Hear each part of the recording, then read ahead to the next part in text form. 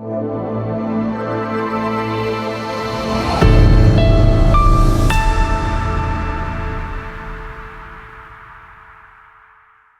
பரிசுத்த நாமத்துக்கு ஸ்தோத்திரம். வணக்கம் என் அன்பான தேவனுடைய பிள்ளைகளே, க்ளோ இன் கிரேஸ் டிவி சேனலுக்காக உங்களை அன்போடு வரவேற்கிறேன். கடந்த ஜூலை மாதம் முழுக்க விசுவாசத்தை பத்தி ஒரு டீட்டெயில் எக்ஸ்பிளனேஷன் பார்த்துட்டோம்.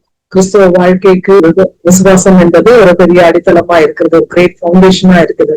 சோ இந்த மாதம் ஒரு புதிய மாதமா இருப்பதினால் ஆகஸ்ட் மாதத்துல நம்ம நுழைகிறோம். இந்த மாதத்துக்கான தலைப்பு என்னவென்றால் அன்பு நமக்கு ஒரு ஃபவுண்டேஷன் கிறிஸ்டியன் லைஃப் இல்லையா. விசுவாசமும் அன்பும் தான் நம்மளுடைய கிறிஸ்துவ வாழ்க்கையில ஒரு கிரேட் பவுண்டேஷனா இருக்குது. சோ இது ரெண்டுமே இல்லைன்னா நம்ம கிறிஸ்தவர்கள்னே சொல்ல முடியாது. சோ இந்த மாதம் முழுக்க அன்பு அப்படிங்கிற டாபிக்ல டீட்டெயில் எக்ஸ்பிளனேஷன் பார்க்க போறோம். சோ இன்னைக்கு தலைப்பு என்னவென்றால் காட்ஸ் அன்கண்டிஷனல் லவ், தேவனுடைய நிபந்தனையற்ற அன்பு. So God's unconditional love. நான் ஸ்கூல்ல ஒர்க் பண்ணும்போது ஒரு கேஜி பிளாக் முழுக்க அகாப்பேன்னு சொல்லி நேம் வச்சிருப்பாங்க. அகாப்பேக்கு என்ன அர்த்தம்னா அன்கண்டிஷனல் லவ் அப்படின்னு சொல்லி அதுக்கு அர்த்தம். சோ இந்த அன்கண்டிஷனல் லவ்ங்கிறது யார்கிட்ட இருக்கு, உலகத்துல இருக்கிற யார்கிட்ட இருக்குது? சோ நான் ஒரு சர்ச்ல பேசிட்டு இருக்கும் போது ஒரு பிரதர் சொன்னாங்க, அன்கண்டிஷனல் லவ் யார்கிட்ட இருக்கு? அம்மா கிட்ட இருக்கு. அப்ப கண்டிஷனல் லவ் யார்கிட்ட இருக்குன்னா ஒய்ஃப் கிட்ட இருக்கு அப்படின்னு சொன்னாங்க. சோ அன்கண்டிஷனல் லவ்னாலே அம்மா கிட்ட இருக்கிறது தான் இல்லையா. சோ தாயை போல மார்புடைய தேவனை சொல்லி ஆண்டவரும் தன்னை தாயோட அன்புக்குதான் கம்பேர் பண்ணிருக்கிறாரு. சோ தாயோட அன்பு எப்படிப்பட்டதா இருக்கும்? தன் பிள்ளை தப்பு செஞ்சாலும் சரி, அவன் கருப்போ சிகப்போ எப்படி இருந்தாலும் தன் பிள்ளைய அதிகமாய் நேசிக்கிறவங்களா இருப்பாங்க. தாய்மார்கள் எல்லாருமே அப்படியேதான் இருக்கும். பிள்ளை தப்பு செஞ்சாலும் பிள்ளைய நேசிப்போம் இல்லையா. அவன் அடிச்சாது திருத்தணும், அன்பு காட்டியா திருத்தணும்னு தான் நம்ம நினைப்போம். சோ நம்ம நாட்டுக்கே தாய்நாடுன்னு தான் பேரு இல்லையா.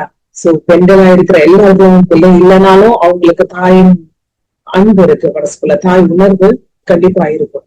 அதனாலதான் நம்ம நாட்டுக்கு தாய்நாடுன்னே பேரு. சோ நம்ம கர்த்தர் அதே தாயின் அன்புக்கு தன்னை கம்பேர் பண்ணிக்கிறார். வாசிப்போம் ரோமர் 5வது அதிகாரம் 8வது வசனம். நாம் பாவிகளா இருக்கையில் கிறிஸ்து நமக்காக மரித்ததினாலே தேவன் நம்மேல் வைத்த தமது அன்பை விளங்க பண்ணுகிறார். சோ இந்த வசனம் என்ன சொல்லுதுன்னா, நாம் பாவிகளா இருக்கையிலே கிறிஸ்து நமக்காக மரித்தார், தேவன் நம்மேல் வைத்த தமது அன்பை விளங்க பண்ணுகிறார் இல்லையா. நாம பாவிகளா இருக்கும் போதே கடவுள் இயேசு கிறிஸ்துவானவர் நமக்காக மரித்தார். அதோடு மட்டுமல்லாம தமது அன்பை வெளிப்படுத்துகிறார்.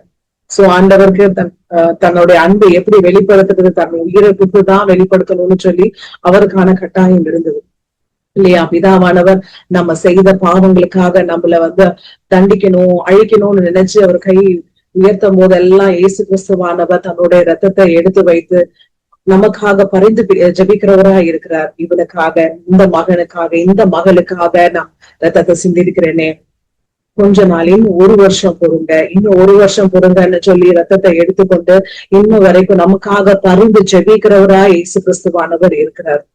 அதனாலதான் தன்னுடைய ரத்தத்தை சிந்தி உயிரோ மீட்டார்.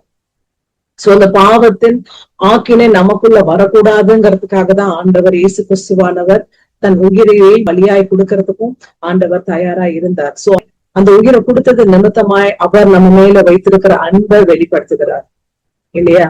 சோ நாம கூட இன்னைக்கு நம்ம நேசிக்க யாருமே இல்லையேன்னு சொல்லி நினைச்சிருக்கலாம். நான் இவ்வளவு பாவங்களை செய்துட்டேனே, ஆண்டவர் என்ன நேசிக்க மாட்டாரு, ஆண்டவர்கிட்ட இந்த பாவங்களை நான் சொன்னேன்னா நேசிக்க மாட்டாரு, என் அக்கம் பக்கத்துல இருக்கிறவங்ககிட்டயும் என் உறவினர்கிட்டயும் நான் இந்த பாவங்களை, நான் செய்த பாவங்களுக்காக மன்னிப்பு கேட்டா கூட அதெல்லாம் ஏற்றுக்க மாட்டாங்க அப்படின்னு நினைப்பாங்க. சில பிள்ளைங்க எல்லாம் என்ன பண்ணுவாங்கன்னா, தப்பு செஞ்சிருவாங்க, அப்பா அம்மா கிட்ட சொல்றதுக்கு பயப்படுவாங்க, அடிப்பாங்களோ திட்டுவாங்களோன்னு சொல்லி பயந்து கொண்டு அதை சொல்லாமலே இருப்பாங்க.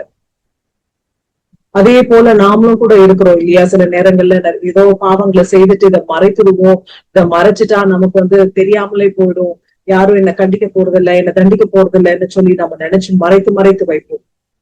அதனால அந்த பாவம் வளர்ந்து கொண்டுதான் போகுது. இன்னைக்கு ஆண்டவர் இடத்துல ஒப்பு கொடுங்க, ஆண்டவர் இடத்துல மன்னிப்பு கேளுங்க, ஆண்டவருடைய பெரிதான அன்பை பெற்றுக்கொள்ளுங்க. அவருடைய அன்பு இப்படியா இருக்கிறது ருசித்து பாருங்க. நம்ம கர்த்தர் இடத்துல ஒப்பு கொடுப்போமா, நாம ஏதாவது பாவம் செய்திருந்தாலும் ஆண்டவர் இடத்துல மன்னிப்பு கேட்டு அவருடைய அன்பை பெற்றுக்கொள்வோமா? ஜெபம் செய்வோம். எங்களை அளவுக்கு அதிகமாய் நேசிக்கிற பரலோக பரம பிதாவே, அப்பா இந்த நல்ல நேரத்துக்காக கூடான கூடி ஸ்தோத்திரம் ஆண்டவரே. அப்பா இன்றைக்கும் கூட அன்புங்கிற டாபிக்ல ஆண்டவரே இன்னைக்கு தியானித்தோம். காட்ஸ் அன்கண்டிஷனல் லவ்ங்கிற டாபிக்ல ஆண்டவரே இந்த வசனங்களை தியானித்தோமே கர்த்தாவே.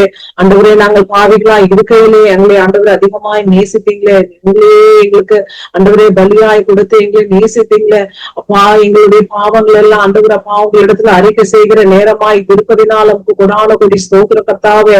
அப்பா அமை துதிக்கிற என்னோட ஜெபத்துல அமர்ந்து கொண்டிருக்கிற ஒவ்வொரு சகோதரனையும் சகோதரியும் பிள்ளைகளையும் பெரியோரையும் தொடுங்கப்பா ஆண்டவரே. அப்பா பாவத்தை அறிக்கையிட்டு ஆண்டவரே உங்களிடத்துல மன்னிப்பு பெறுகிற ஒவ்வொருவரையும் நீங்க ஏற்றுக்கொள்ளுங்க.